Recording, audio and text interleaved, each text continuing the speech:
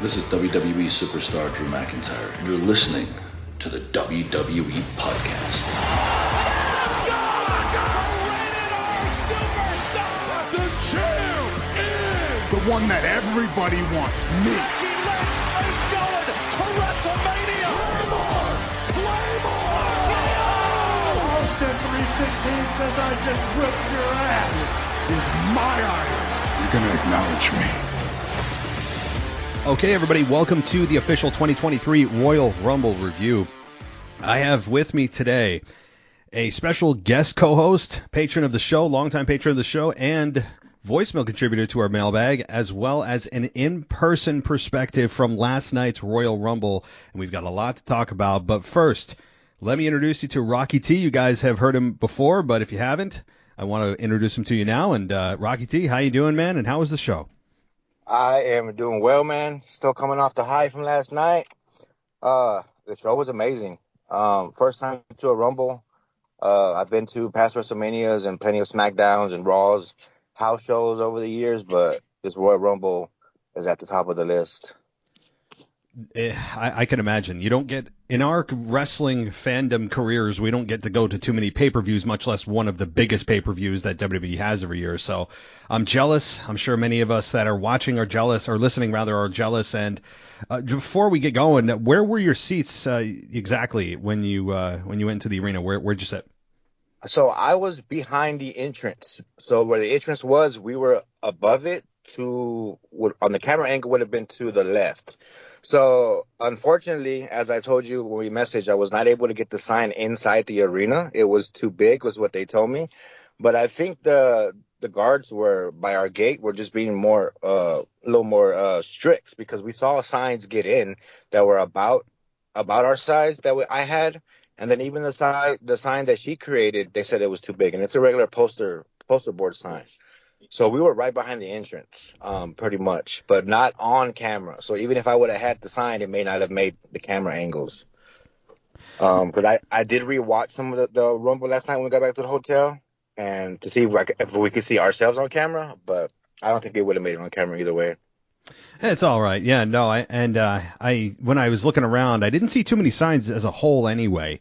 I mean, and it's not like back in the late 90s where everyone brought a sign every single show. And I think, like you encountered, you have much stricter regulations, I guess, for what the security in the building are told by WWE management is allowable and is what's not. And so, yeah, no big deal. I actually had forgot. I was like, oh, well, that's right. And I started looking for the sign, and I'm like, I don't even see many signs at all. So I figured that something had happened, but no big deal. Let's jump into the show.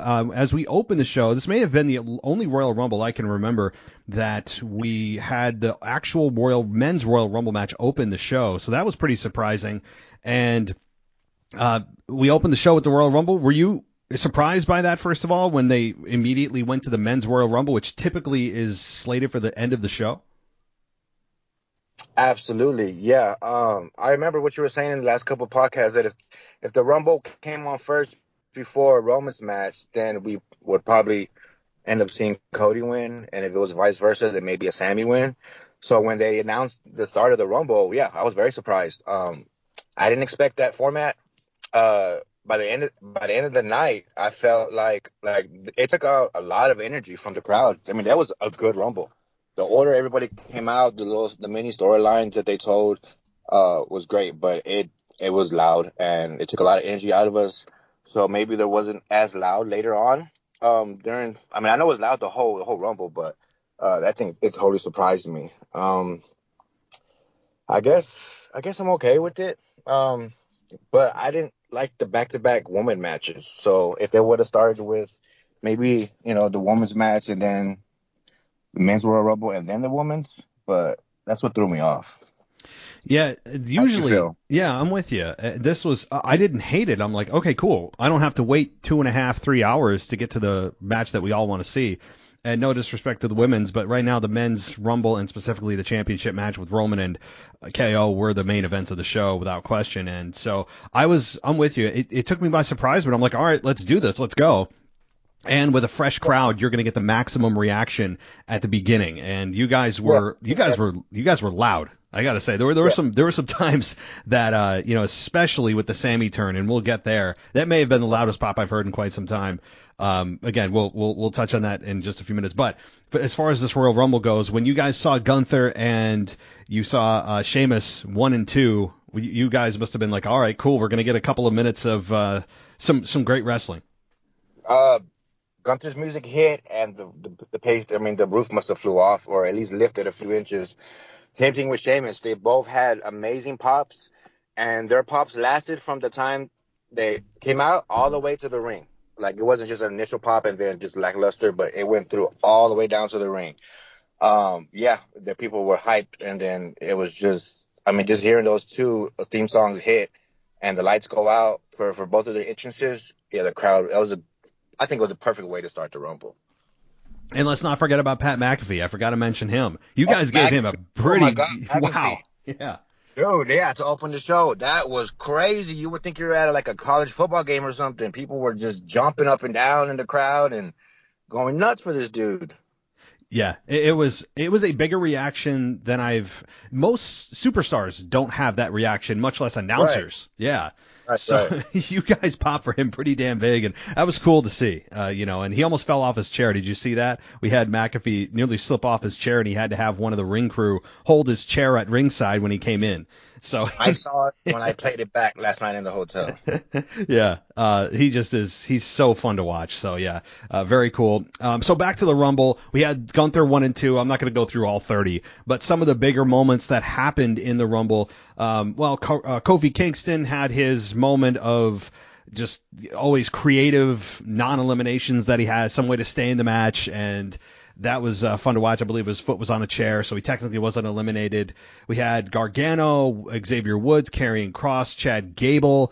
So before that's the first third of the match. Drew McIntyre was number 9 and Santos Escobar was number 10. So just the first third of the match, if there's anything notable that you remember or wanted to comment on just with that first part. The first part, like I said, Gunther and Sheamus had those long-lasting pops. So did Drew. The other guys, they had their initial pops when the music hit, but then they were coming down and to the ring, and people were cheering, but just not as loud. I don't know if it transitioned over into TV where y'all were watching. Chad Gable had a nice little shoosh at least from my section. My section was cheering a lot and started a couple of chants. There was a little shoosh chant for him, and Kofi and New. I don't know what I know. You don't like New Day. I'm over them too. But those guys got pops. Mm-hmm. And there was even New Day claps before the show started. People were doing the little New Day rocks, the little clap, before the show started. And then a couple of things before, as we're walking into the arena, there's a lot of LA Knight, yeah, chants. And then, of course, the Ric Flair, the woos. This is all before the show. But that first half of the Rumble, Kofi and Xavier's pops, and, they do the little thing in the ring. But other than that, not too much. Santos comes out at number 10. I like the guy. He had a cool little pop. I think people really vibe with his music, and his swagger. But at the same time, I feel like a lot of people don't know him yet, even though he's been on, SmackDown for a little while now. They don't know his work if they didn't watch him in NXT. So he got a good pop from me though.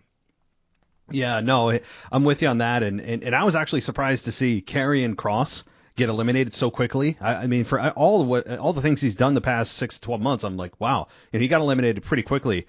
But that said, after we got Santos Escobar, it was Dawkins, and then Brock Lesnar, Bobby Lashley, Baron Corbin, and Seth Rollins.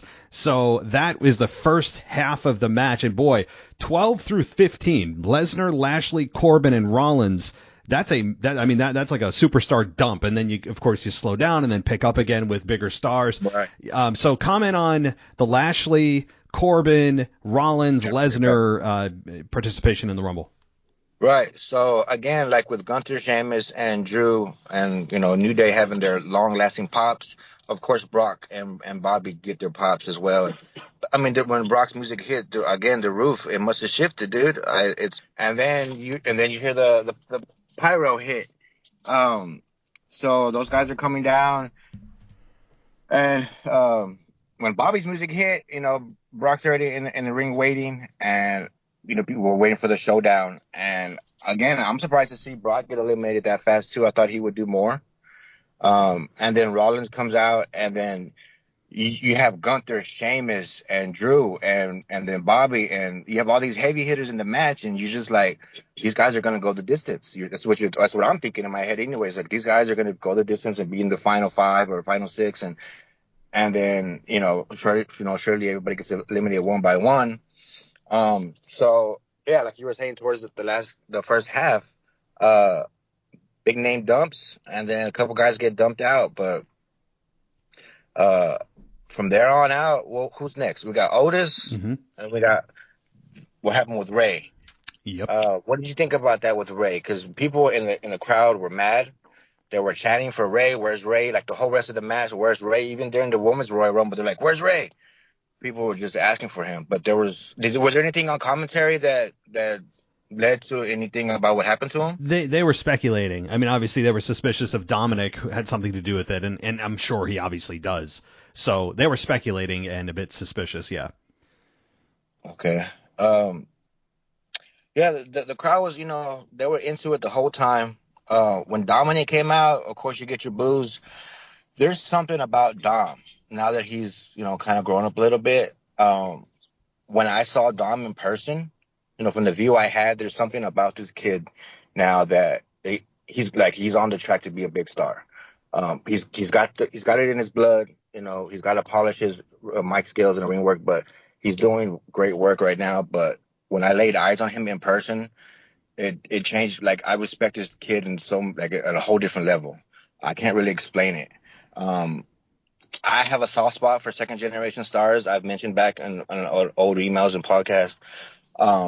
So now that he's getting into his groove, I might actually buy this kid's shirt. I'm not sure, but seeing him in person was a little game changer for me. That's interesting to hear. Dominic, he's getting one of the biggest heel reactions that the company has right now for anybody, and deservedly so. He has found his niche as this punk ex-con Dom gimmick. I love everything about it. It fits him and suits him absolutely perfectly. And of course, we're getting to a Ray Dominic match at WrestleMania, and that'll be fun. That whole story is going to be really fun. The video package on that should be absolutely phenomenal. I'm looking forward to that.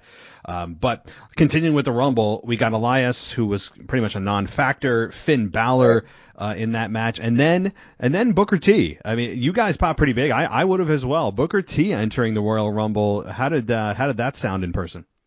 That was incredible. Hometown boy for me. Little story about Booker. Before he had reality of wrestling down here in Houston, he had PWA, which was his Pro Wrestling Alliance, and he had that down in Pasadena. When I was going to college, the lady I knew was dating his promoter, so I actually got to pass out the flyers for Booker T when he had his promotion down there when I was in college back in 2006 and 2007. So besides being a hometown boy, Booker T, I have a soft spot for him, but the crowd went nuts for him. He must have had, if not the biggest pop, next to Edge or Brock or Bobby's pop, Booker T's pop might have been the loudest one, and sustainable too, all the way down to the ring.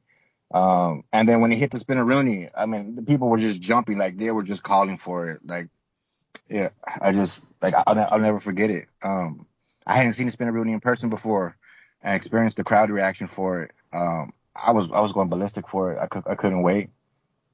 It was a fun moment, and you know what? For his age, for not being in the ring, he was in really good shape, and he wasn't exactly what he was, 20 years ago, but of course he's not going to be. However, I really enjoyed seeing him. Seeing Booker T was such a nice, fun throwback. Of course, he's not going to win, but it's always fun to see those guys come back for kind of a cameo appearance, and I'm with you. I was sitting at home like, oh, this is great. Like, when you don't load up the Rumble with a lot of legacy stars and it's kind of here and there, it means more. So I was big on this. I really enjoyed Booker T in the Rumble, even if it was for a short period of time. Then we get Damian Priest, Montez Ford, Edge, and Austin Theory at number 25. So for that batch with Booker, Damian, Montez, and Edge and Austin Theory, kind of go through that if you have any comments on just that batch of individuals. Well, you already had Dominic and Finn in the match, and then when Priest comes out, you kind of had an idea that they were gonna throw people out and take over, And then the idea of Edge started to sink in, and in my head, Kimberly had mentioned it that he was going to come back, and I wasn't sure, because we're speculating a lot. We thought he might have came back to Raw 30 or something. So I like that he didn't come back for Raw 30, and then so when you see, Judgment Day in the ring, and then you got Ford come out, which is kind of almost of a throwaway, even though he's on the rise. And then they're standing tall in the ring. Judgment Day is, and then Edge's music hits. I don't know how that's like the perfect setup. I mean, for him to come back and get his revenge, so to speak, instead of coming back and making a return on Raw and just beating them, I think it was perfect to do the storyline with that in the Rumble. Austin Theory comes out, he gets his booze, walks to the ring, he does his thing, but there was actually a couple people cheering for the kid. I'm pretty high on the kid right now too. He's got a good look. Of course, his in-ring is very good, and his mic skills. So, and then he made it to the Final Four. So good showing for him, even though he came out at number 25. But the Edge pop was just, going back to that real quick, was just, it was amazing too. People were waiting. Like, I don't know if people are ever going to get tired of Edge. As many times he's come back, and every time it's a loud pop, I don't think people ever get tired of him. No, I think he's also doing a really smart thing of not sticking around too long for when he comes back. I mean, he's kind of sticking around for a month, maybe two, and then going away for 3 months, and then doing, it's extending his career at his age, and it's also keeping him somewhat fresh when he comes back. So yeah, plus his music. His music never gets old ever. It's one of the best entrance music, I think, of all time in terms of, for baby faces anyway. I absolutely love it. Yeah, it gets the crowd going every time. It's energetic, it's catchy, it's just perfect. And Edge, I actually listen to it when I'm at the gym sometimes. No, I'm with you. It gets you pumped up if you're exercising. Yeah, it's great workout music, but it also is a perfect wrestler's entrance music. And so you put all that together, and Edge comes back, gets a measure of revenge, although I don't think it's over. As we get closer to Elimination Chamber. So, all right, then the final 5 here. We get Omos, Braun Strowman, Ricochet, Logan Paul, Cody Rhodes at number 30. And there's a bunch of places you could go with this, but I guess my first question is that spot with Logan Paul and Ricochet. That's going to be one of those highlight reel things that people remember from the Rumble and probably for a few years with their spot. And I don't like Logan Paul, like on a lot of levels. I know he's good in the ring, but I'm not a fan of him. However, he's very good in the ring. So comment on just that spot, and then anything else you want to talk about.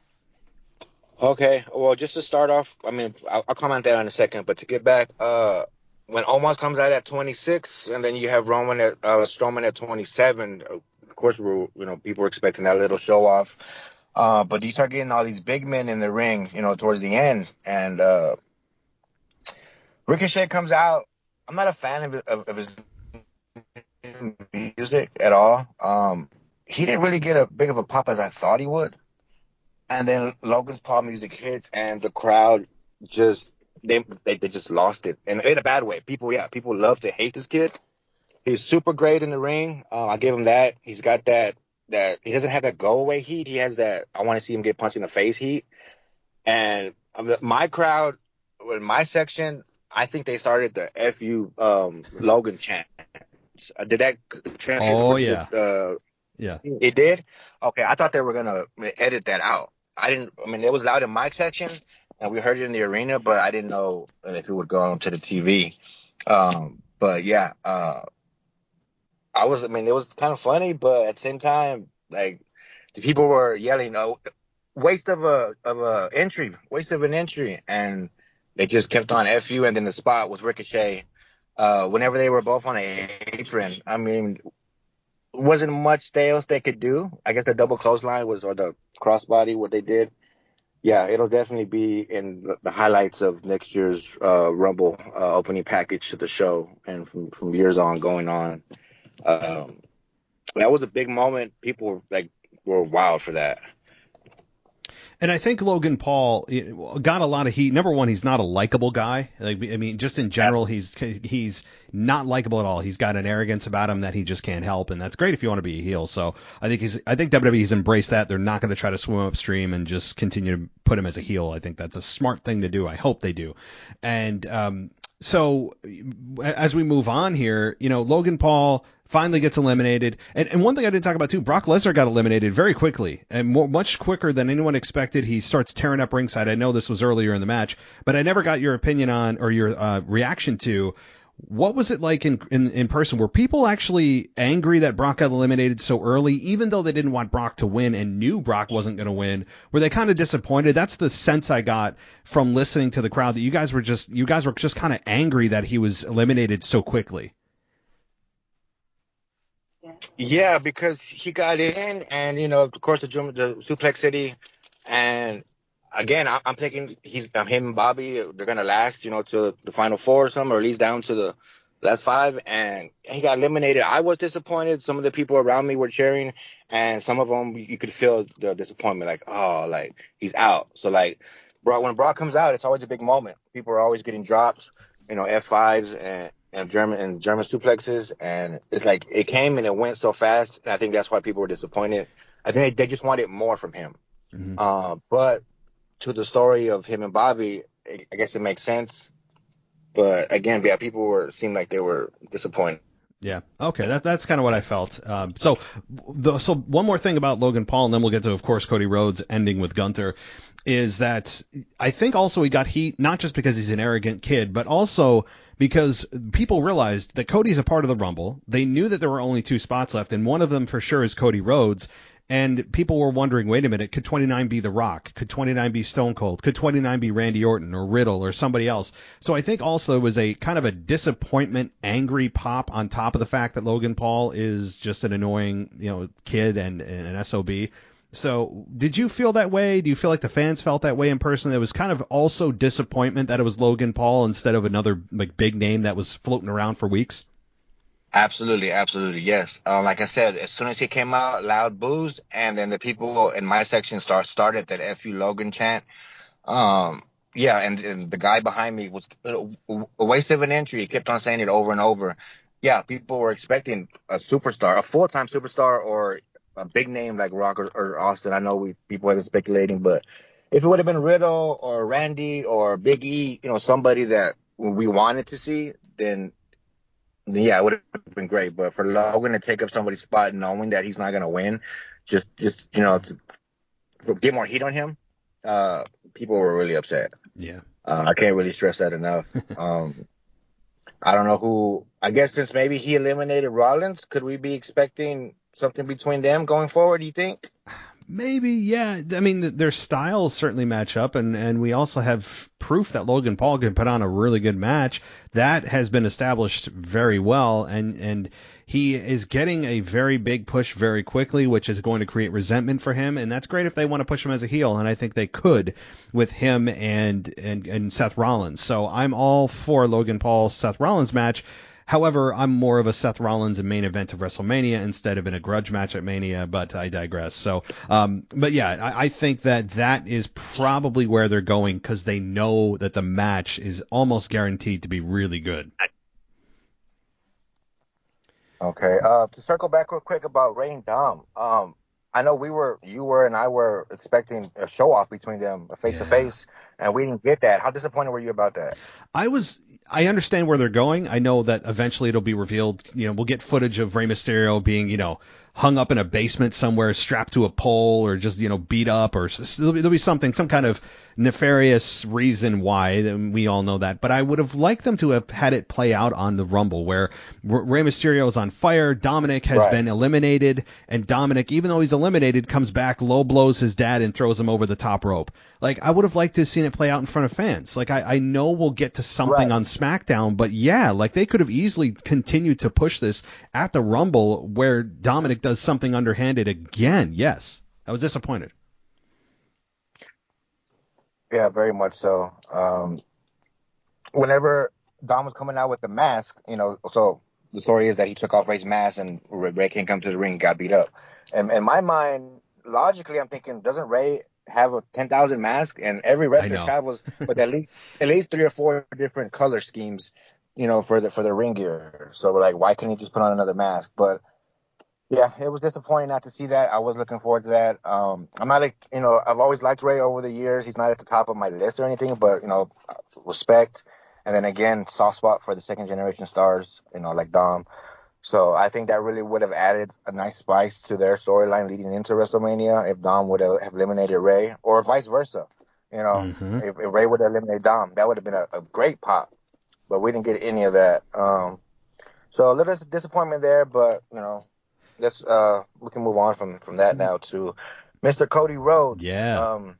Explain the pop. I So mean, people knew number 30 was Cody, right? So, yeah, but go ahead. once we knew once 29 hit, it was Paul, and then we knew, okay, Cody's the only one left. People were ready for it. So one thing we didn't talk about is the demographic, of the crowd. Yeah. So a lot of families, and I'm talking about like mom and dad with kids, all in bloodline shirts. You had grown men our age, like in groups of 3 and 4 and 5, all with matching Uso gear, like red hats, red shirt, red shoes. You had a lot of men in their 30s and 40s that were in my area, that looked like lifetime fans. But at the same time, there was a lot of kids. The kids were going crazy, like young kids, like 4 to 5, maybe 10 years old. They're cheering for Cody, like just before he even came out, like crazy. And once we knew it was Cody coming out at 30, everybody was just Cody, Cody, doing the little chants. When his music hit, yeah, the loud pop happens. When he walks down to the ring, the noise went down. And then that one part of the song where it goes, oh, everybody just likes to sing along with that part. So he gets that loud pop, he gets to the ring, and then he does his little pose, another pop. So Cody's pop wasn't as big as I thought it was going to be, and it wasn't long lasting to the ring like some of the other guys. And I was very disappointed because like I had mentioned in a couple mailbacks ago, that if Cody was going to win it, I thought he should have been at the number 1 spot. But coming in at 30, I don't feel like it's earned at all, and I'm very disappointed with that. I'm happy that he won, but I do not like the way that he won. I don't feel like it was earned at all. I don't know if they were maybe just testing out his pet and see how he could go. I don't think they wanted to put him at number 1 or even at number 15. I don't think they wanted him in the match that long, maybe to risk injury again. But the win, the pop from the win was pretty big. But it could have been better if it felt like it was earned. You hit the nail on the head. Now, again, I know I'm in the minority. I'm not a Cody Rhodes babyface fan, and that doesn't help my analysis here. However, regardless of who wins the Rumble, number 30 is a privileged spot to be in. And if you're going to bring a guy back that you're bringing back from injury, you're creating this whole story that we're all supposed to get behind him and feel for him and all this, and you put him in at number 30, he is in a spot that has a very high likelihood of success. And it just also doesn't help him that it was down to the number 1 guy of Gunther and him. He almost lost to a guy that was in the match for over an hour. I mean, that's not a good testament to your babyface that you're supposed to push. They did a great job, and Gunther is a future world champion, bar none. I am a massive Gunther fan. I love everything that he is and stands for. I love everything Imperium stands for. But if you're going to bring Cody Rhodes in and make him number 30 and then nearly lose to the guy that's been in the match for an hour, it's not a good look. Now, I think fans in the moment don't think that. They just look at Gunther versus Cody, and then maybe later on the reality of, wait a minute, he kind of slid into this position. Why are we cheering for him again? And plus, it's Sami Zayn's year. This is not Cody Rhodes' year. So there's a dynamic there as well. But yeah, I thought the end of the match was very well done. Of course, from a wrestling perspective, they had me believing for a moment or two Gunther could win it. I mean, they did a nice job at the end of the match. There was no complaining from a wrestling in-ring perspective. But when you look at it from logical perspective, I mean, yeah, right. Cody was in a very advantageous position that we're supposed to be, admiring. Right. So back to circle to Gunther real quick. I've renamed him Iron Gunther because he did go the distance. And that was really incredible to see, for him to make the final 2, start at number 1. And then to be a champion on top of that, like, going forward, I mean, You think he's going to keep the belt forever? He's going to have to drop it eventually. But yeah, you're right. He's a future champion. Cody, who knows if he's really going to be a future champion, and well, at least at WrestleMania. Of course, he will be eventually, but who knows if it's going to be at WrestleMania.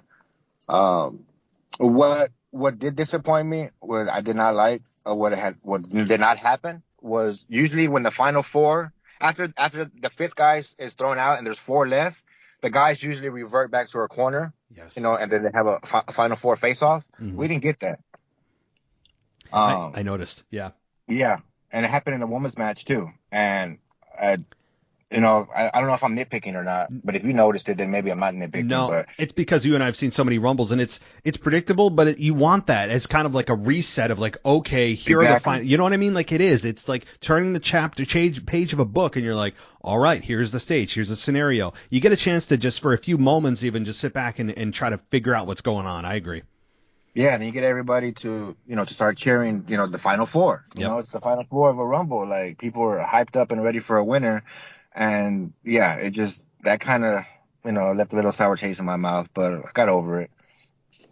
No, very good, and I know it didn't ruin the Rumble. Overall, I thought the Rumble match itself, from a wrestling perspective, was good. There were some surprise exits. Of course, Brock Lesnar being eliminated fairly early, Karrion Kross being eliminated fairly early, Ray not being a part of the Rumble.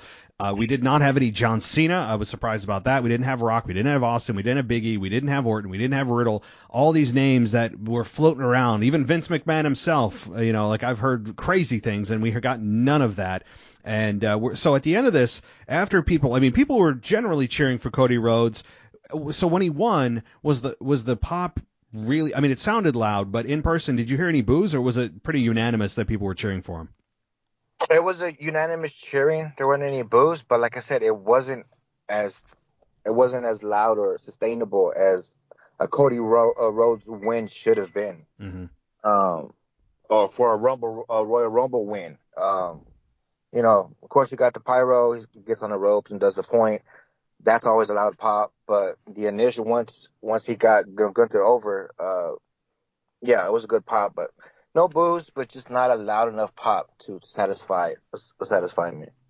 Yeah, no, I understand that, and being that it's the first match of the show, that you guys give maximum effort, you have maximum amount of energy, and it still wasn't a place it should be. I think it's a little concerning, but ultimately I think I know I'm in the minority here, and I'm cool with that. Usually I'm not. In this one I am, and I'm willing to embrace it. So.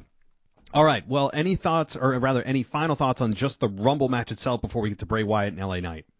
The only thing else I have to say is that I'm glad that Booker T was the only legacy star that showed up, and there wasn't, any other wasted spots besides Logan Paul. Of course you had, Edge and Brock are your part timers, but they're still big names and very relevant. But very glad to see that there wasn't a lot of wasted spots on old legends and legacy stars. But Booker T being a Texas boy was, I think, the perfect fit if you're going to use anybody to fill up a spot. Agreed. Yeah, I'm cool with one or two of them. They didn't and they didn't even do that a whole lot with the women's, which I really appreciate. We'll get to that a little bit later. So, all right.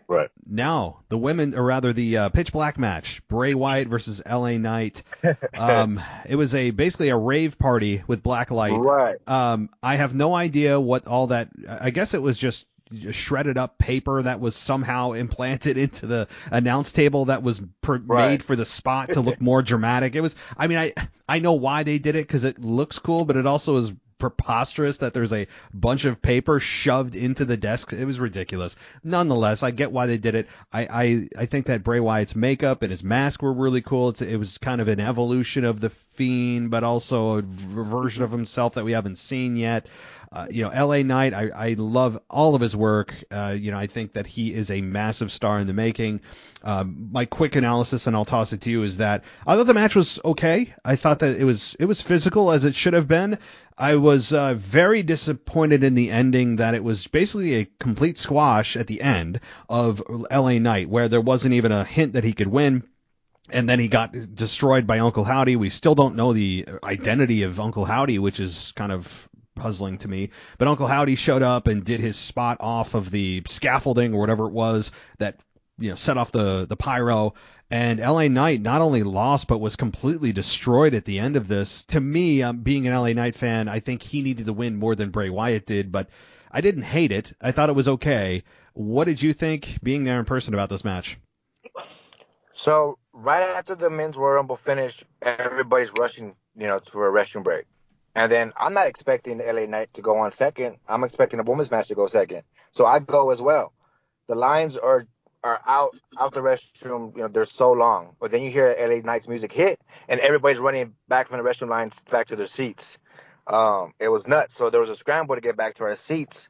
I actually didn't make it back to my seat until Bray Wyatt's music hit. So I missed LA Knight's entrance, which is kind of disappointing because I am a big fan of him as well. I followed him in NXT.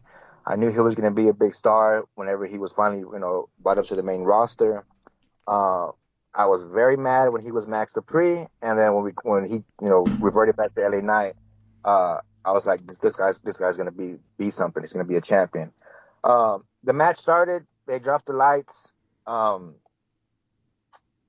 neon show, the rave party look.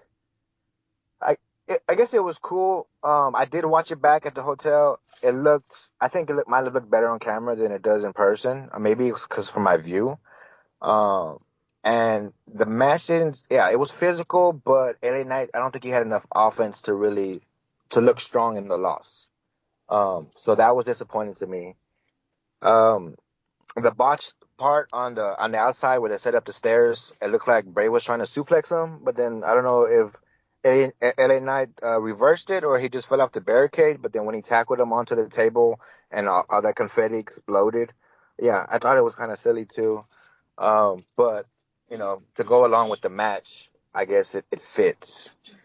The squash part of it, again, I was expecting LA Knight to have more offense. And when he got that kendo stick out, is it just me, or when he was hitting Bray, does it look like it was like made of rubber? It looked, yes. I'm glad you brought that up. Yes. It was like a pool floaty, kind of. Yes. Like a noodle, like one of those pool noodles. Yeah. So that kind of lost it for me there when I saw that part. And then the ending with Howdy. So I think that should have been the end of the match, not the aftermath of the match. They should have fought over there to that part where they were going to do the spot, and then Uncle Howdy should have done his thing, and then Bray should have been like a KO victory instead of it being the aftermath of the match. That was too far from us to see. Of course, it was on the opposite side of the arena, so we were watching it on the big screens up there.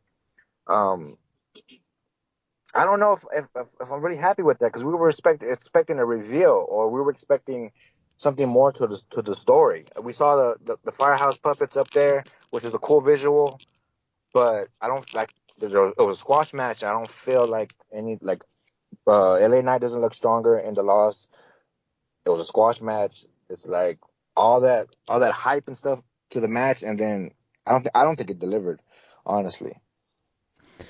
Yeah, overall, I thought it was a slight disappointment. It wasn't embarrassing. It wasn't a sloppy match. It just was, I don't know. I mean, maybe it's because every Bray Wyatt match always seems to have a gimmick to it. It can't ever just be a normal match, which I don't think is a good thing. Like, I know that Bray Wyatt hasn't wrestled in a couple of years in WWE and all that, and he used to have the red lighting when he was the Fiend, which I don't think was it was cool for the first like one or two times, and then it became annoying. And then also the fact that he never sold as the Fiend, it was just like, nothing could destroy him ever. There was a little bit of that with the kendo stick. It reminded me of the Seth Rollins disaster at Hell in a Cell a number of years ago, where just what I mean? It brought flashbacks to me, scary flashbacks. So yeah, I'm with you about the pool noodle look. I looked at I was trying to watch the kendo stick. I'm like, kendo sticks don't bend like that. It looked like rubber. But in the interest of safety, I know why they did it. If you're going to take a kendo shot to the head, I totally understand why they did it, and they knew they could cover it under the darkness of the match, so it didn't look ridiculous. But yeah, it bent way too much. But I still think the match, I think it hurt LA Knight a little bit. I was disappointed that LA Knight was just so dominantly defeated at the end, instead of putting up more of a fight, and Uncle Howdy screwed him over. I could have seen that. I could have seen, like, okay, fine, like you said, LA Knight is winning. He's about to win the match, and Uncle Howdy comes out to make the save. And that's not the way they did it, I think, because they want to give Bray Wyatt a win, given it's his first match back, and you also don't want to give the heel an argument to say, I had you beat, right? It's typically flipped. The babyface usually is about to, deliver the heel a victory or a defeat, and then somebody interferes and causes the babyface to lose. But since the babyface is Bray, it gets a little wonky. Either way, to me, the follow-up is very interesting to me. I think LA Knight can get back on his feet and get some momentum back with him because he's so good on the microphone. He can generate that heat pretty quickly. So it's not a great, for me, an outcome for being an LA Knight fan. But that said, I don't think it's a career killer, for LA Knight. No, I don't think so either. And I don't know if I really see LA Knight as a heel. I mean, I know he talks like a heel and talks a little trash to the crowd sometimes, but his catchphrase is getting over. Like, I'm telling you, as we're walking into the Alamo Dome, you just hear everybody, yeah, let me talk to you, like, and then everybody's, repeating it just over, just like the Ric Flair Rue chants. There was like, neck and neck on how much you were hearing. And that's all you were hearing. You weren't, hearing the what chants of Stone Cold or anything else like that in the crowd beforehand, but you were hearing those LA Knight chants. Yeah. No, you're right. I think LA Knight, he could flip to a babyface very quickly. He's a guy that is a sleeper pick, I think, to become world champion maybe by, in a year's time, whenever the hell Roman decides to give it up or WWE decides to finally drop it from Roman. I think that LA Knight is in the conversation, at least, in the next year or year and a half. And we'll be seeing him at least carry Intercontinental Championship gold or United States Championship gold, at least in 2023. LA Knight is destined for some kind of gold in 2023. I don't think there's any question. But okay, let's get into the next match here. Raw Women's Championship, Bianca Belair versus Alexa Bliss. I'll toss this one to you first, Rocky. So this was my actual restroom break. I knew after this we're getting the Women's Royal Rumble and then, of course, the main event. So this was my actual restroom break. We went out, to use the restroom, and before I got back to my seat, the match was over. So I actually didn't get to watch it, but I did watch it before, while I was waiting for you to get everything set up. Underwhelming. Mm-hmm. Alexa was aggressive, but it was just a match. Really wasn't much else to it. Bianca comes out, does her thing, and defends. I expected Alexa to maybe at least kick out of the KOD at least once. And there wasn't a lot of close spots where you thought Alexa was going to win, which also disappointed me a lot. I would have preferred her to win. I'm a big Alexa fan, always have been ever since, her goddess gimmick. And even through all the Playhouse Funhouse stuff, I still liked her even though she wasn't in ring. So disappointing that she didn't have a better showing. And where does she go from here is what I'm really worried about, because I thought she was kind of making her way back up the ladder, maybe going to be a champion soon, but she didn't have a good enough of a showing to really, make you think that she's going to be a champion soon. Yeah. What did you think? Mm-hmm. No, this was I don't want to say it wasn't a bad match. It just felt like a typical Monday Night Raw matchup, and right, they were just going through the motions. Exactly. Yeah, it was just kind of a normal match. And again, that's not an insult or a compliment. It's just kind of there. And I'm with you that Alexa Bliss, I think, is deserving of gold. The problem is timing for her. If this was after WrestleMania, then I think we're talking about a potential win for Alexa. But given that they want to get Bianca to WrestleMania as champion to face Rhea Ripley, I mean, this was to me a slam dunk, take it to the bank decision that Bianca Belair was going to retain because of the timing of this match.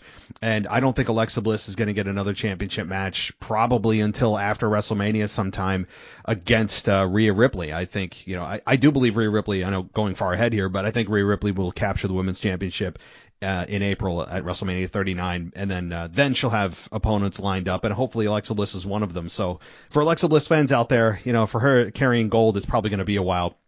That said, this match was okay, as I said, and the near falls, the only near fall I can think of was when she hit her DDT she did, and got the near fall, and that was like, oh, never mind, right? Like it was like, oh no, okay, like that's it. And really, what this match was about was, okay, after the match, the Bray Wyatt symbol flashed, and then she got mesmerized by watching, the playground. So apparently she's going back to sitting on a swing for months. I don't know what she's doing, but that's really what this progress of this story is her. But how far is she going to descend back into darkness? Is it going to be the same character? Is it going to be another version of her? What is this going to be? That is really the takeaway, not who won the match, but rather where does Alexa Bliss's character go after this?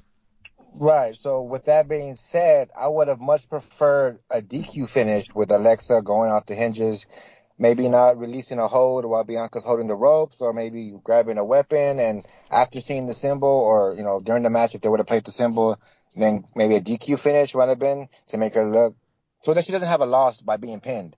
And then, like I said, she didn't even kick out of the KOD once. You don't see Alexa finish her off the top ropes. I would have liked more close, or make it seem like Alexa was going to win at least.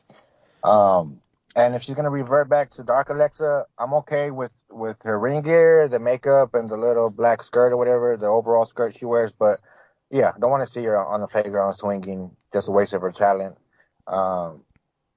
Let her be back in the ring. I don't know. Move her to SmackDown. Let her go after Charlotte or something. Don't take her out of the title picture, though. I know she's a 5-time champ, and it's been, almost 5 years since she's had the belt? Yeah, it's been a while. Going on 5 years? Yeah, it's been a while. I don't know. I'm over Bianca. I'm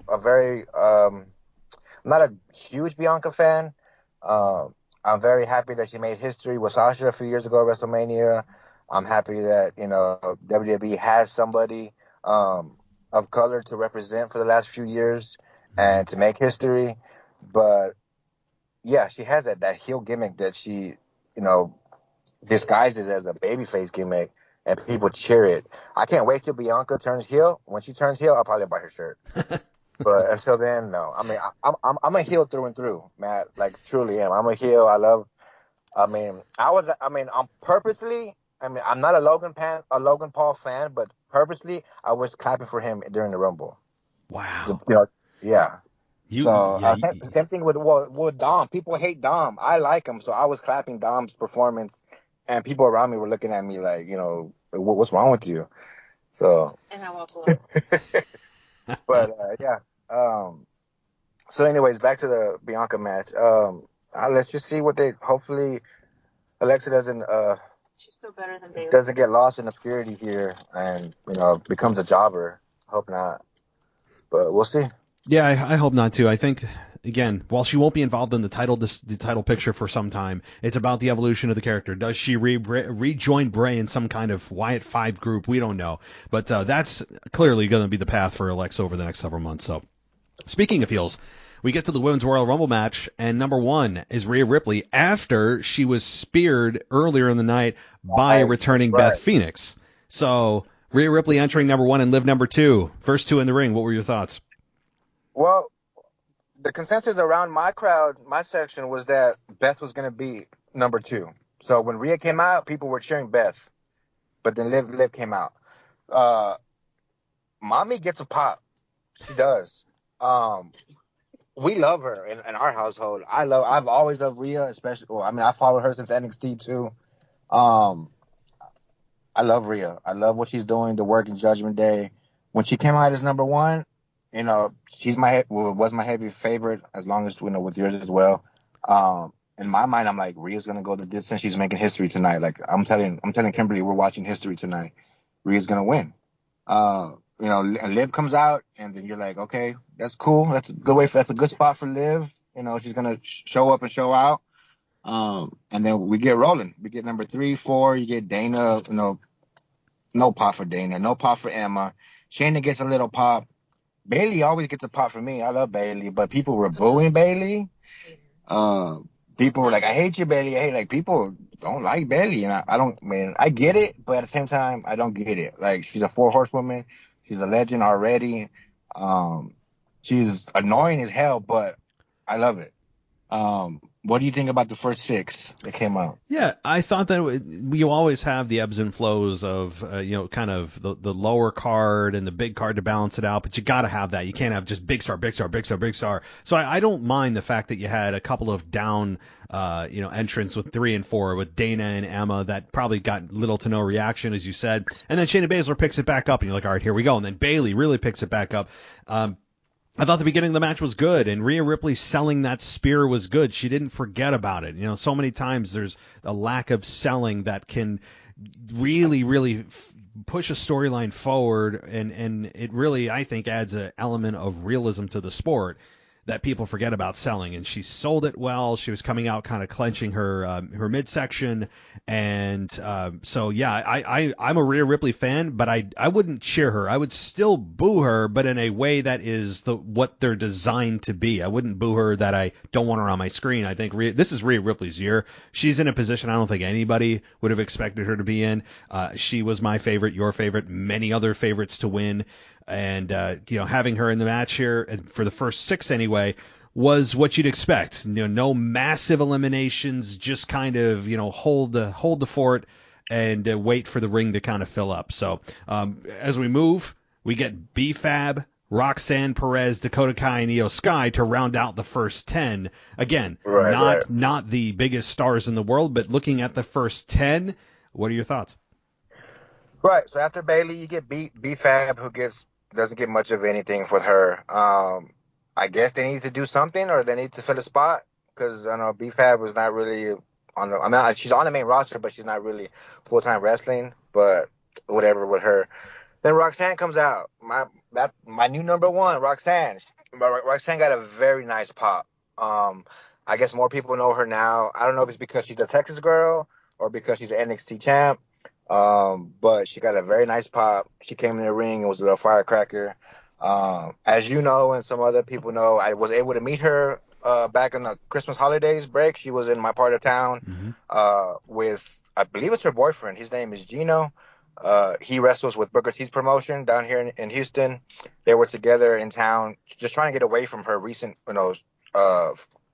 stardom or her fame that she got from winning the title. They can't even go to anywhere local in Laredo, where she's from. So they were, at my side of town in Houston, visiting his family. So it was very cool to meet her, and then to see her in the Rumble. I mean, I almost fell like in the row in front of me when I jumped out of my seat. And then we get Dakota and Io, and then again, just like when Finn and Priest were out, you knew that that these girls were gonna take over the match with Bayley. They were gonna come in and back up Bayley, and of course they started eliminating people. So whenever we have those 3 girls in there, you're thinking, well, who's going to come out to oppose them? So then you have 11, 12, 13, and 14, which is Natalya, Candice LeRae, Zoe Stark, and Xia Li. Kimberly being, part-time watcher, she's not a new fan, but she's, getting back into it. She's like, who are these people? She knows Natalya because of her, when she got her nose busted by Shayna Baszler, and because she knows her as the Botox lady. But then you have Candice LeRae and Zoe and Lee and Xia Li, she's like, who are these girls? So I'm explaining, and then Big Time Bex comes out, and the roof just goes off. So you're like, all right, it's getting good. What'd you think about, well, at least between the time that Io came out and to the time that Becky came out? What was y'all's initial reaction to those few spots? So I thought that it was, it held my interest, right? Because, like you said, the dynamic was Bayley and her cronies, Io Sky and Dakota Kai, pretty much dominating the match, and that was the narrative, and I was all for it, and also giving the quote newer stars some shine, like Zoe Stark, who, most mainstream fans who don't follow NXT probably looked at her and said, who? Most of them probably did. I mean, let's be real. So, and also Roxanne Perez, champion, but again, you can't assume that everyone that watches the main shows watches NXT. Most don't, looking at the numbers. So it's nice to see those women get exposure on the main roster on a big stage, and that's, to me, the most important part of this particular part of the Rumble. I will say, what was interesting to me about B-Fab, and it's not her performance, which was okay. It was the comments made by Michael Cole he's being clearly directed by whoever in the headset. It was almost like Vince was in the headset or something, because he was running down Top Dollar so much, like about how, you know, he was an embarrassment and all that. He will not let it go about that over the top rope flub that he had like a month ago on SmackDown. And I'm like, why are we making such a big deal about this? Are they trying to humiliate? Like, what are we getting out of this with the announcers continuing to remind the fans of this flub? Like, I don't really care anymore. It was a scary moment, and then we talked about it for like a day and we moved on. So the announcers continue, especially Michael Cole, continues to try to put down Top Dollar. And again, I know in person you obviously didn't hear this, but if you watch it back, you're going to hear that. And I don't understand what the payoff is other than to humiliate and eventually let these three go. I don't get it. I really don't have anything to say about them. I like them I like Hit Row when they were NXT, but when they came up, they didn't do the right direction with them, the right storytelling. It lost everything for me. And also they're missing the leader, which is, you know, Swerve Strickland. I know he's with AEW, but that man is talented and he's good on the mic, and he was the glue to that group. So without him, you know, Hit Row is nothing to me, really. And, you know, they haven't really proven anything. They're not good on the mic. I don't know what WWE is doing with them or how long they're even going to be around. I guess they're just a jobber group now. Yeah. They are in a very, very not desirable position. I know they turned heel, but people seem to still not care. I would be very, if I was any group of any part of the Top Dollar, you know, the whole group there, I would be very concerned. If I was anywhere near Hit Row, if I was a part of Hit Row, I'd be very concerned about my job. I just would, based on the fact that announcers are even running you down now and continuing to remind fans of the botch. Like, I don't know. It's just not a good spot. But okay, let's move on. Becky Lynch, again, she comes out as you mentioned, and massive pop as expected. Then Tegan Nox, and then a returning Asuka. New look. I liked it. Piper Niven. I mean, thank God they changed her name from Dewdrop. Hallelujah. Yes. Tamina and Chelsea Green. So looking from 15 to 20, this was there's a lot of big names in here. Some nice changes for names for Piper Niven specifically. New look for Asuka. Your thoughts? So Tegan Nox, I know her a little bit, again, from NXT. She had a very great match with Dakota Kai. It was a street fight. That's how I learned about those two names. So if anybody doesn't know much about their history, check out their street fight from NXT. I believe it was at a takeover event a few years ago. Asuka's new look. Asuka got a great pop. Everybody was happy to see her. And then her face paint was amazing. Is that a new gimmick, or is that a past gimmick, or do you know anything about it? It's not anything I recognize. No. Okay. So that was great. And then, it was great to see Piper back. I'm glad she's back from injury. I'm glad they changed her name. I was really starting to be high on her before she got injured. When she was kind of having a title match here and there. Tamina, I guess I need to, fill a spot again. And then Chelsea Green, I've heard the name here and there, but I don't know her work. Do you know her? A little bit, not a lot. Okay, so not enough. Okay, so it seemed like in my row there were some hardcore indie fans, so they popped really hard. Like they were like high fiving and hugging for her. So they must have known her, from the indies, but I know nothing about her. Yeah, I mean, that's what you're going to get with somebody like Chelsea Green. It's going to be kind of very isolated groups of people that are that much into wrestling, that know everything about everything, including independents. So, yeah, I mean, but overall, I mean, the reaction for her was tame. And as expected, most fans don't know a lot of her work. I know very little as well. So right, and then she didn't do anything, right? No. She got eliminated really fast. Yeah, so So what's the point of having her come if we don't even get to see her, do a finisher or do her a signature move to anybody? Like, it was in and out. Agreed. So I think she was a wasted spot just because they didn't showcase her. Yep. No, it was. When you have somebody come in just to get eliminated that quickly, it's especially if someone that you're trying to maybe build as something bigger. It's not good. No, I agree. Sure. But all right, Zelina Vega, Raquel Rodriguez, Michin, Lacey Evans, and Michelle McCool Very interesting. Michelle McCool. She might have been one of the very few actual legacy stars that have plagued the women's Royal Rumble the last few years, kind of in an embarrassing way, just to fill 30 spots. In this case, we had Triple H actually utilize the NXT roster, instead of Vince bringing back quote unquote legacy stars. It's really an exposure of how weak the women's division is. So I'm really glad the way Triple H booked this. But Zelina Vega, Raquel Rodriguez, Michin, Lacey Evans, and Michelle McCool. What'd you think? So Selena, I like Selena. I always have. Of course, I didn't really like her as the queen when she was the queen of the ring or whatever, the queen's crown. But very impressed with her mic work. Raquel, hometown pop for Raquel. I know she's from Texas. She got a nice hometown pop. Meacham was lackluster. Lacey Evans, same. And then Michelle McCool comes out, and I think she's the only legacy star in this Royal Rumble. Just like how Booker T was the only guy, I think she's the only legacy star. We got a couple NXT people. Do you think her plaguing the Royal Rumble, like you just said, has anything to do? Do you think Undertaker has any pull with that, getting her in? Because we had saw an article that, or maybe she posted it, that she was upset that WWE didn't call her for the Rumble. And that because she was so close to where it was going to be, where she lives. So we think that was an online swerve that they tried to swerve us. But then they showed her in the crowd.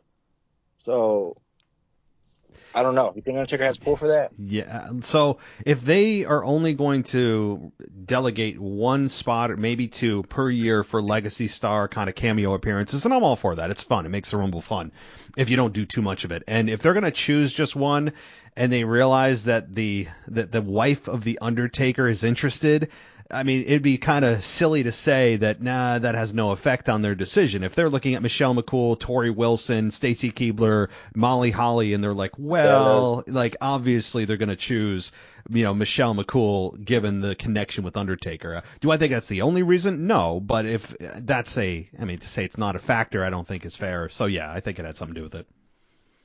And I know they were in town specifically because Undertaker's doing a one-man show now. Mm-hmm. And he was doing a show on Friday night here somewhere in town in San Antonio. So they were definitely, here in San Antonio. But, so glad that they only pulled out the one legacy star. And then from the NXT, I think we only had 3 people from NXT, which we had was Roxanne and then Zoe Stark. And then comes out was Indy Hartwell at 26 after Michelle. Mm-hmm. Are you familiar with Indy? A little bit. Yeah. A little bit.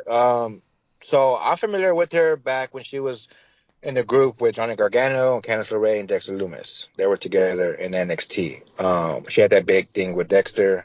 They got married and all kinds of stuff. So she's solid in the ring. She definitely needs work on her promo, but I like Indy. So if this was her highlighted spot to letting us know that eventually she's coming up to the main roster soon, she may be somebody to watch out for. And then you get Sonya. Like I said earlier, I was I'm purposely clapping for Dom and clapping for Logan. I did the same thing with Sonya. I know she's a little whiny baby right now, but people love to hate this woman. I don't know if they respect her because of all the whining and she hasn't proven herself.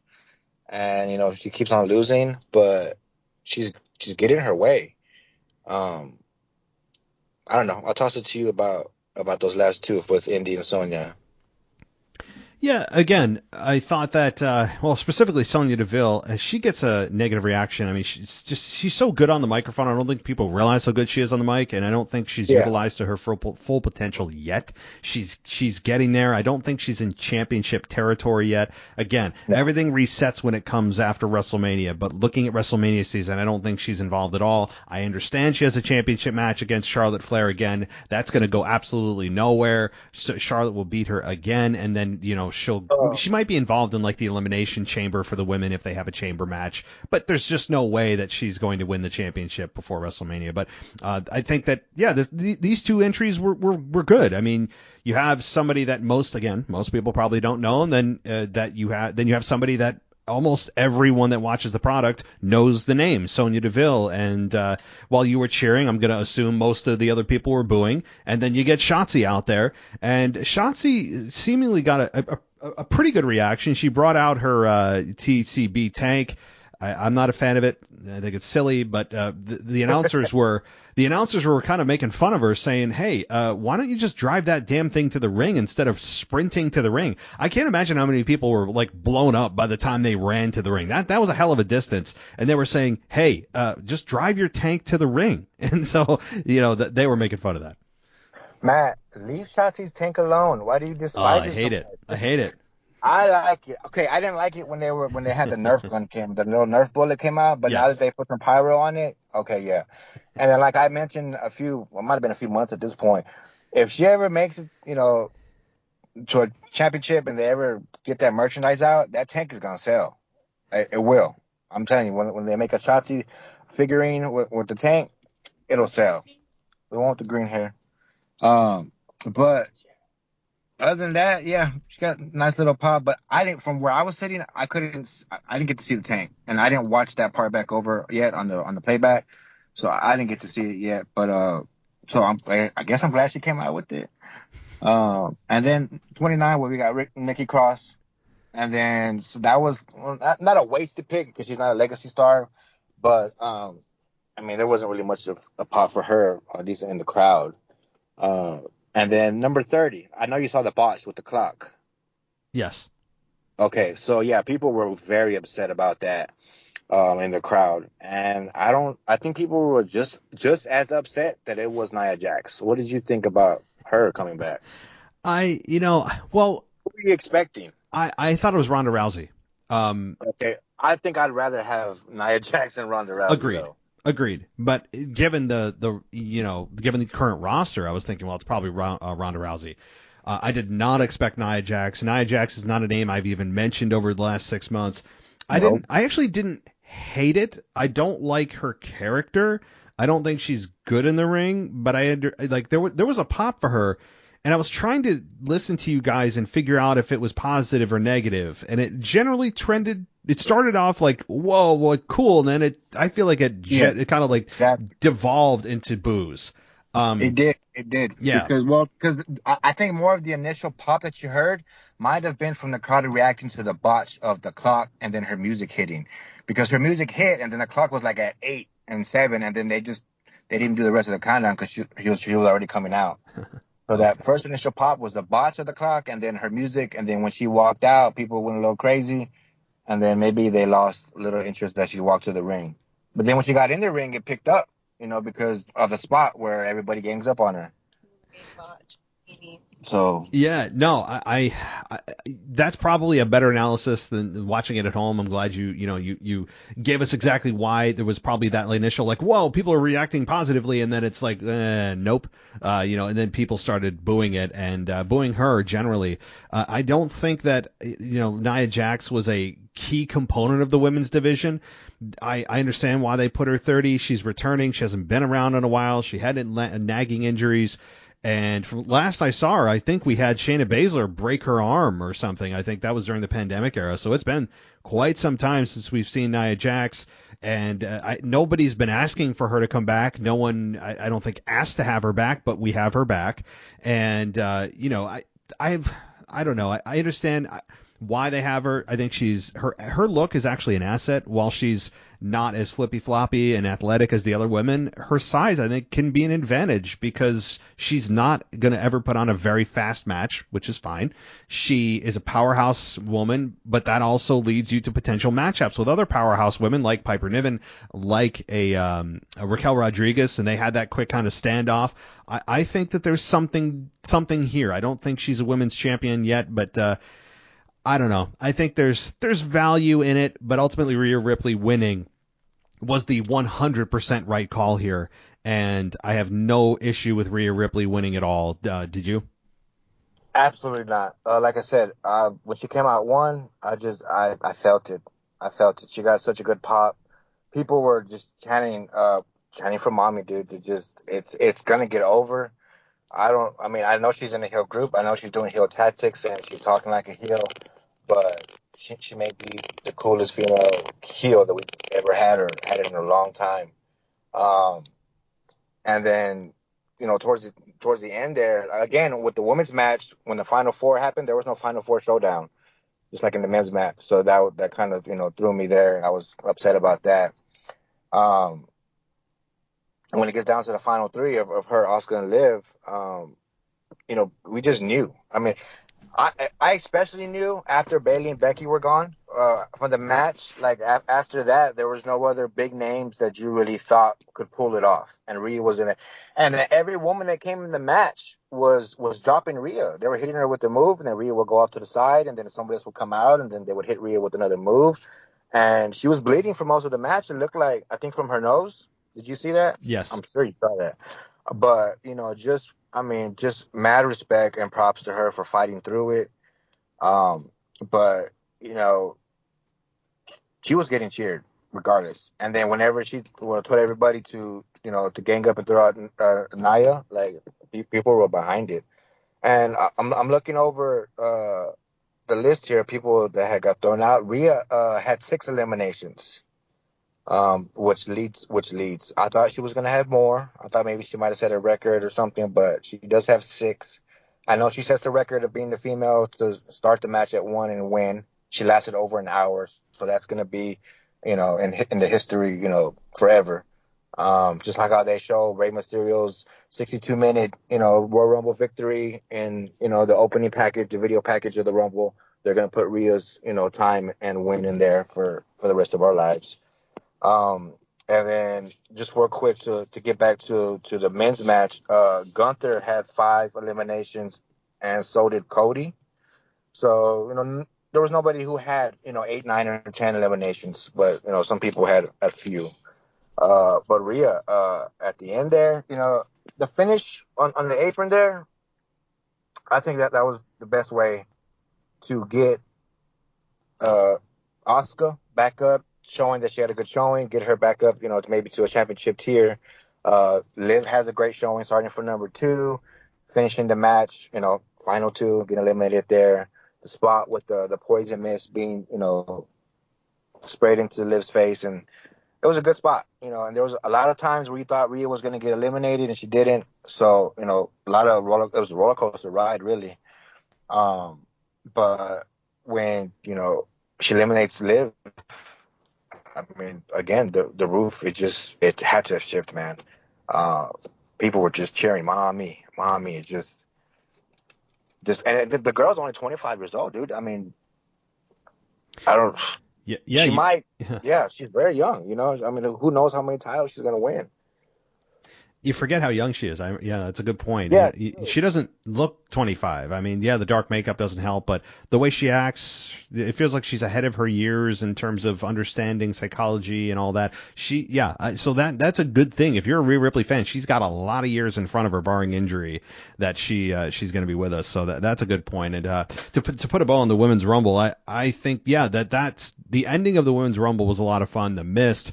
To me, the Women's Royal Rumble was a little bit more up in the air at the end when you had those 3, because Asuka is a believable candidate given that she just returned. She's got a new look. They're trying to rebrand her, whatever. And I'm like, all right, well, Rhea should win, but Asuka's making a good case for it. And they had her teetering on the rope, and I'm like, oh, all right, like they had us hook, line, and sinker for the ending of that match, and it was very well done. And I really don't have any complaints the way Rhea won.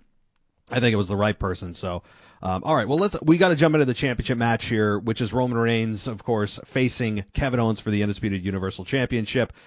And, the match, let me just quickly say, the match itself, because this is not something that is the talking point here, is really the match itself that I thought was good. And I think we all knew it was going to be good. It was just a matter of how well could they convince us during the match that Owens might actually win. And there was 1 or 2 spots, but generally it was pretty clear that Roman Reigns wasn't losing here. He hit the stunner once. There was no referee at one point, and everyone's counting 1, 2, 3, 4, 5, 6, 7, 8, whatever, and there's no refs. So that spot, happened, and you're thinking, oh, well, he could have won there, but ultimately we knew it wasn't going to happen. It was all about the post-match antics that is the discussion here, and I actually, not to toot my horn, but I called it nearly verbatim of what was going to happen after. He was going to beat down Kevin Owens after he beat him and then tell Sammy that he wants to do the same thing. And that's exactly what happened. I didn't know what would transpire after that, who would attack who, but ultimately Sammy hits Roman Reigns in the back. And let me just ask about that moment, because people online are talking about it. I went back and listened to it several times. The pop when Sammy hit Roman was probably the biggest pop of the night. Would you agree, being there? Yes. And then the leading up to the chair shot when Roman first gave Sammy the chair and he was just holding it up, like he was about to hit him. The people were anticipating, like they were cheering for it, and then some people were like, no, don't do it. So yeah, and then when it actually happened, like, oh my God, yes, definitely the loudest pop of the night. But when it happened, I don't know if you, I'm sure you felt it, but I felt the shift in the landscape of WWE with that one chair shot. And just, before that, when they were just beating up Owens, I started to feel bad for the guy. They did a real number on him. Even before the handcuffs, they did a number on him. They put the handcuffs on, and yes, the stairs before the match even ended. When he threw him on the stairs twice. Oh yeah. I hope Kevin's okay. I hope he didn't hurt his neck or something. I mean, I'm sure this will take him off TV for a while, but whenever that happened, yeah, you knew there was no chance that Kevin was gonna win. I mean, we already knew it, but just when that happened, like, you knew that this was gonna be bad. And then, right when that chair shot happened, like I said, I felt the shift in my heart, in my mind, in the WWE universe. I felt it. I felt it in the crowd. And then when you see the Usos getting mad and Jay's yelling at him, and you can feel his anger and disappointment and the betrayal, and but at the same time, it's a roller coaster of emotions, because you're feeling bad for Kevin, you feel bad for Sammy, you're excited for Sammy because he's finally gonna turn. You see Roman get hit with the belt, the Usos get mad, Paul Heyman's facials, and you don't know what to feel. You're feeling everything. And Sammy drops the chair, and then you're like, oh man, here it comes. I felt more for Jay. You're like, here it comes. And then the super kick happens, and then he falls. And then you feel Jay's, the struggle that Jay's having, not to help, and there's Jimmy beating down Sammy, and then you just feel the struggle. He backs into the corner. Solo gets in, and Roman gets up, and I mean, when he ripped off Sammy's shirt, I mean, I was wearing my Honorary Uce shirt, and I'm like, that's it. He's not the Honorary Uce anymore. I was like, let me just hang the shirt up on the wall. But yeah, we felt it coming, but you felt the sympathy for Sammy.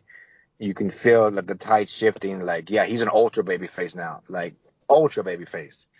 And whenever KO does come back, I'm assuming that they are going to challenge the Usos eventually, but we got to see how that dynamic plays out between the Usos because of what happened with Jay not helping out and leaving the ring. How loud was the Jay chants when he was walking back to the stage? Did they translate on TV pretty well? Yeah, it came through very clearly, and that is the other part I don't think that we thought of would happen. And we knew that somebody was going to turn on somebody. Ultimately, Sammy was going to come out on top, or rather get cheered with all of this, and that's exactly what happened. But the Jay part of this is something that I don't think a lot of people thought about, where he was conflicted. Jimmy immediately super kicked him. Of course, Solo Sikoa gave him the Samoan spike, but Jay, like you said, is conflicted and doing a great job from a facial standpoint of going through the emotions and the struggle, and what do I do? Do I attack him? Do I not? And he just excused himself and then just left the ring, and Roman was staring him down like angrily, like, what are you doing, And then we get, of course, Roman Reigns standing tall at the end of this, but, both of them are beaten down. Where do they go from here? I mean, it's got to lead to a championship match between Sammy and Roman, but the question is, does that happen at WrestleMania, or is that still reserved for Cody? If it's reserved for Cody, given he won the Rumble, well, then where does Sami Zayn fall at WrestleMania? It's got to be against Roman unless they split the belts. I mean, there's still a lot of ways they could go, but I still think that it's going to be at Elimination Chamber, given it's in Montreal. And imagine that hometown crowd with Sami Zayn challenging Roman Reigns at the Chamber in the Bell Center in Montreal, and then it's going to be Kevin and Sami versus the Usos at WrestleMania, eventually probably taking down the Usos for the tag belts with Cody versus Roman at Mania. That's still my prediction. It doesn't seem like any big stars are coming out of the woodwork, at least at this time, to challenge Roman Reigns for that Universal Championship. So, given that, I don't know, what are your thoughts moving forward on where this goes? Well, where to start? I guess it really depends on what we get at the Elimination Chamber. Are we getting? I mean, of course, we're getting the match, but what does the winner get of the match? I'm sure Roman's not defending in the Chamber. Is Sami in the match? Is he not in the match? Is Roman defending the title at Elimination Chamber in a singles match? Maybe Sami interferes in the match. I don't know, because what does the winner of the Chamber get? We know the winner of the Rumble gets the title shot. But if there's only one title and they're not splitting it, then that spot is reserved for Cody. So the only other thing, between now and then over the next months is going to be the storyline of Sami's rise, basically. But does he get so ultra popular that they have to change the main event, like with the Daniel Bryan thing at WrestleMania 30? Is Cody really? Based on the reaction of the Royal Rumble win, and then the reaction of Sami now being turned on by the bloodline. Sami's stardom might overshadow that Royal Rumble win. And that's what I'm thinking might be the case. So do we have a situation where maybe Cody tries to cash in his win before Mania, like Austin did that 1 year, and, doesn't lose? Or because people are going to expect Cody to win at WrestleMania, but we are expecting Roman to keep it for the 1,000 days. I know you've been mentioning it time and again. We've done the math. It's all the way until May. I know we have a lot of answers now after the Rumble with the split or the initial split of the bloodline. We'll see what happens with Jay. We know Sami's out. I don't think we have enough answers yet to really say. The easy answer is Cody versus Roman. Again, I'm a big fan of second generation stars, so Cody being the second generation star, soft spot for him. And the right thing in my mind for Roman to lose is Royal Blood beats Royal Blood, and that's Cody beating Roman. But again, is the bigger story here Sami now. How do you become such a babyface and such a dominant heel group, and then you turn this group around over the last 6 months and make this title reign of Roman's not so aggravating because it made the storyline good. Everything that was going on, the initial heat between him and Jay, the progression of their relationship, and then him accepting Sami, and then now you have, his confliction, then you have the heartbreak of Sami being kicked out the group and beaten down. But that was a good beat down, the way he ripped off his shirt and beat him, and then broke off the tribal chief necklace over him. I think that was a really nice touch. I don't know. I think maybe Sami, like I said, I think his stardom might overshadow that Royal Rumble win. Of course, we're going to get Cody's speech tomorrow on Raw, about winning the Rumble, wanting to go for the title. But again, we'll see if his initial crowd reaction is sustainable all the way until Mania, because we have a few months still. So the big payoff is whatever happens at Elimination Chamber. Exactly. And if I was WWE, I would be very careful about putting Sami Zayn and Cody Rhodes in the same program at all. Because that will turn, if they're not trying to turn, but that I think the fans, if they were going to choose, would choose Sami Zayn over Cody Rhodes right now. Sami Zayn's the hotter one. He's the more organically connected one with the fans. He's been around longer with the fans. And he's he's just way hotter. They got the biggest storyline that they've had in I don't know how many years, and they've been waiting for this turn and waiting for this moment to me, if you're going to keep Cody Rhodes in a babyface position, you got to keep him away from Sami Zayn, because then the fans will be forced to choose, and guess what they're going to do? They're going to turn on Cody instantly in favor of Sami Zayn. So I think that right now what they're going to do is just finish it up at Chamber, and then somehow just keep the belt on Roman, not split it, and have Cody versus Roman at WrestleMania. And then I still don't think he'll drop it there, but that's the only way you can go through with this and would not have the fans resent Cody Rhodes for taking the spot that really should be reserved for Sami Zayn at WrestleMania in the main event. Because, while Cody is he's a great performer, all that. Right now, he's been absent for 7+ months, and Sami Zayn's been here, and he's been in a position that's been a very, very enviable position of growing slowly with the fans. Fans start realizing he's really good on the mic. They start to connect with him. They've seen him be a wrestler in WWE for I don't know how many, 5, 6, 7, 8, 9 years. He's had great match after great match. It's just a dangerous position, and I would not be WWE, want to be them, if they're trying to somehow get them in a fatal or a triple threat or something like that. I really wouldn't do that. It's danger zone if they try to position the fans in that way. Yeah, I totally agree. Have you heard any rumors about what might happen at Chamber yet? Because I'm not really big on going through the rumor mill, and I see news articles here and there, but I purposely keep myself out of the online groups where there are spoilers and stuff, because even though wrestling can be predictable, I still like to be surprised.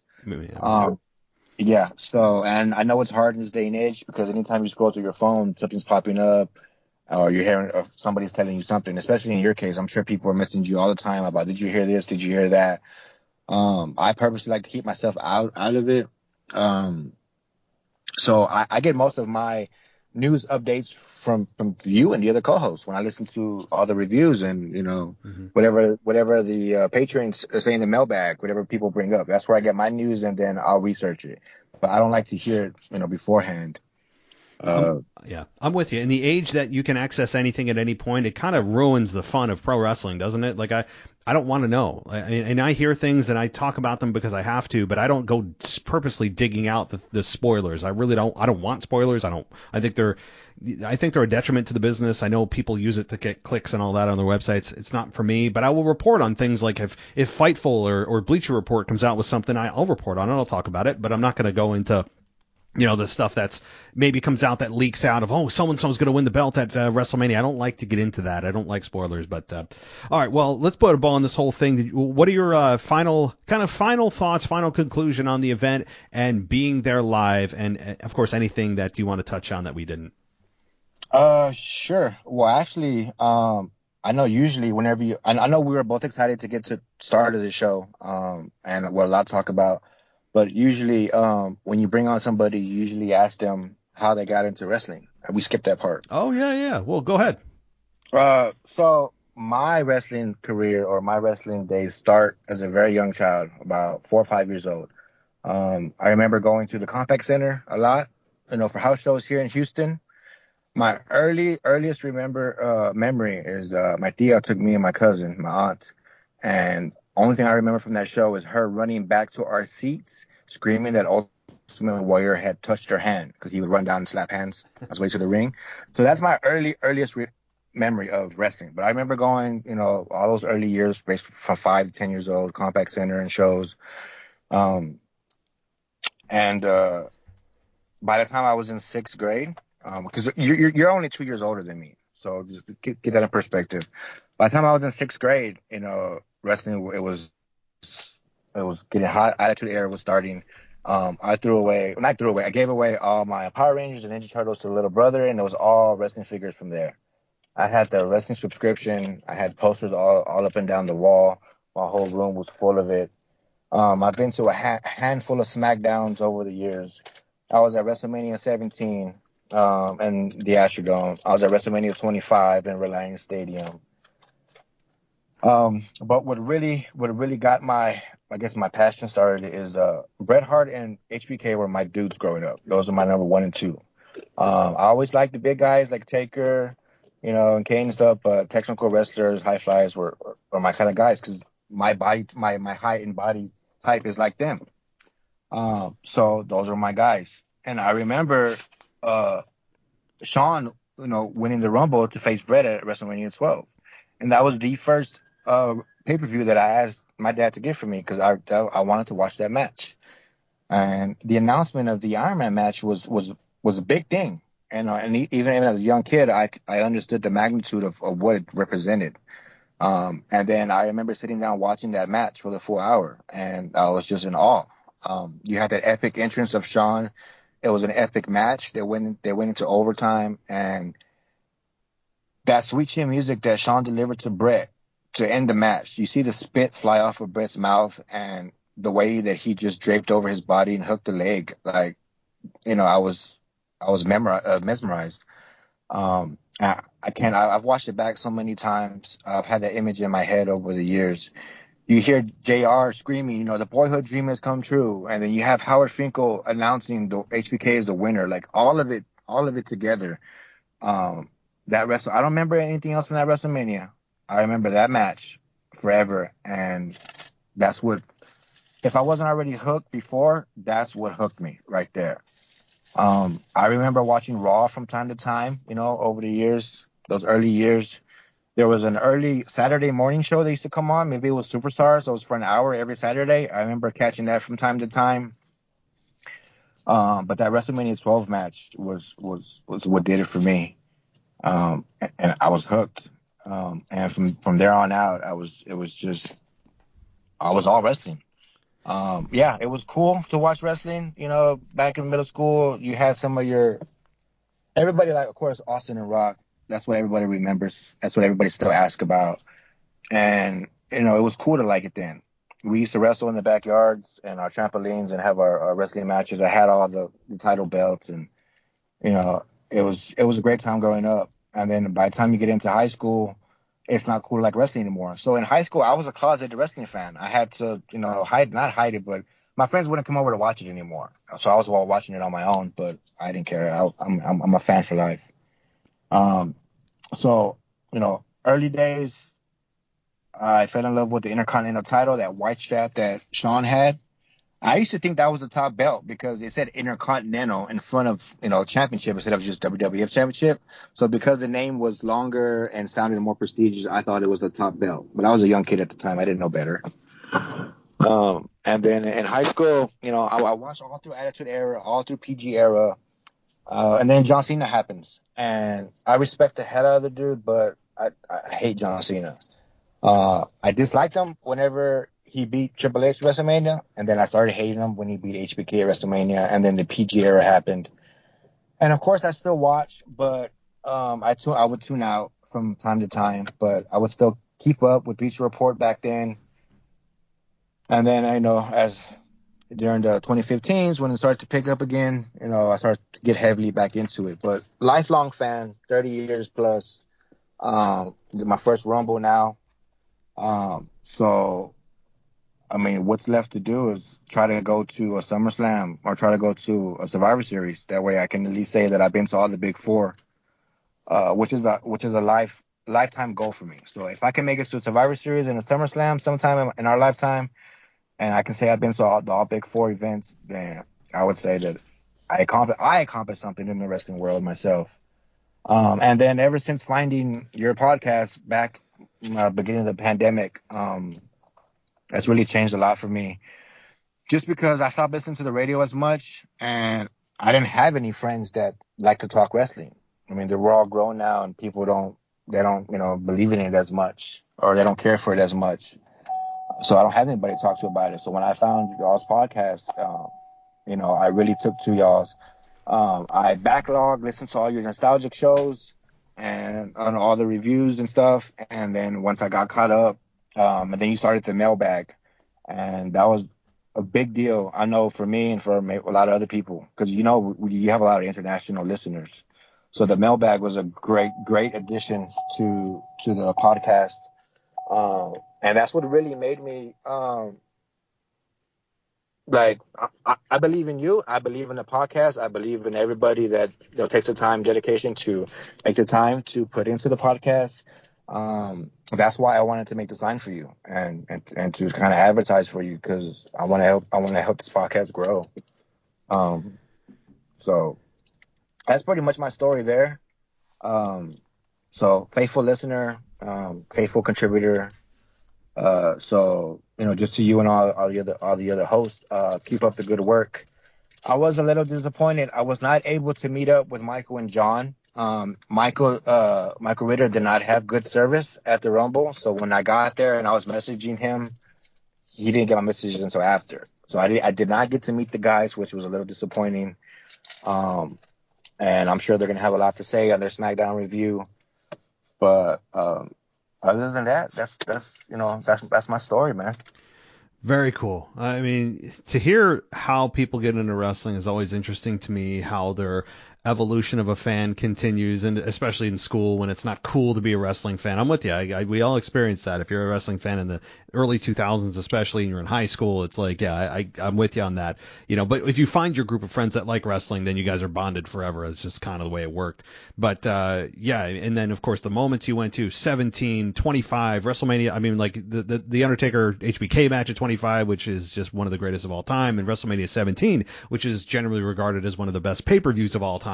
I mean, those are certainly some things that you could put in your resume that are pretty awesome to be at. And then, as you look to the present, and that you have the big four you want to get to, I think that's that's not something most fans can say that they have done. Most fans can't say they've been to a WrestleMania, much less the big four. So I hope that you eventually get your goals achieved, and maybe get to a wrestling event that has or doesn't say that your sign is too big to bring in, right? Like that's something I'm like, it must be a new regulation, or if you're on the camera side, it can't be this big or that big. I don't know. Who knows? But I really appreciate you at least making even the effort to make that. I really do appreciate it, and I appreciate listening. And yeah, for that now. I have a solution for the sign. I'm just gonna get a T-shirt made. They can't take off my T-shirt. That's true. Yeah, they can't tell you your T-shirt's too big. Sorry, sir, you're gonna have to remove your T-shirt. Yeah. Yeah, but there was a lot of eyeballs that were put on the sign as I was walking in, going through security, waiting to get into the stadium. But once we got up to the doors to show our tickets, they're like, that sign's too big. And it must have just been our side of the stadium, because I've seen other poster board signs, but mine was like 4 feet tall, dude. So I get it. And even if I was going to cut off the borders, they still said it was going to be too big. They wanted me to chop off part of your legs where it says the WWE logo. Yeah. WWE Podcast. Like, if you cut it at the legs, you can get in. I'm like, well, that defies the point of it. Yeah, exactly. Yeah. So, so a good handful of people got to see it as we're walking through. So I'm hoping, some people get in, we get some listeners say, hey, I saw the sign at the Rumble. That would be great. No, I if anybody does that, I would, I think that would be awesome. I would be like, how did you first listen to it? Well, actually, I saw a sign at the Royal Rumble. That would be so cool to hear somebody say that they actually started listening because they saw the sign at the Rumble. Yes. That'd be really cool, and I will let you know if anybody does. But Rocky, listen, I really appreciate you coming on. I'm so glad you were able to give us the in-person perspective and have a lot of fun, it sounds like, at the show. And certainly, anytime that you want to come on and chit chat wrestling, you let me know. Thanks for listening to the WWE Podcast. Don't forget to subscribe on your favorite podcast app so you don't miss a show, or head to WWEpodcast.com. And for all of these shows ad-free, head over to patreon.com/WWE Podcast. Until then, we'll see you next time.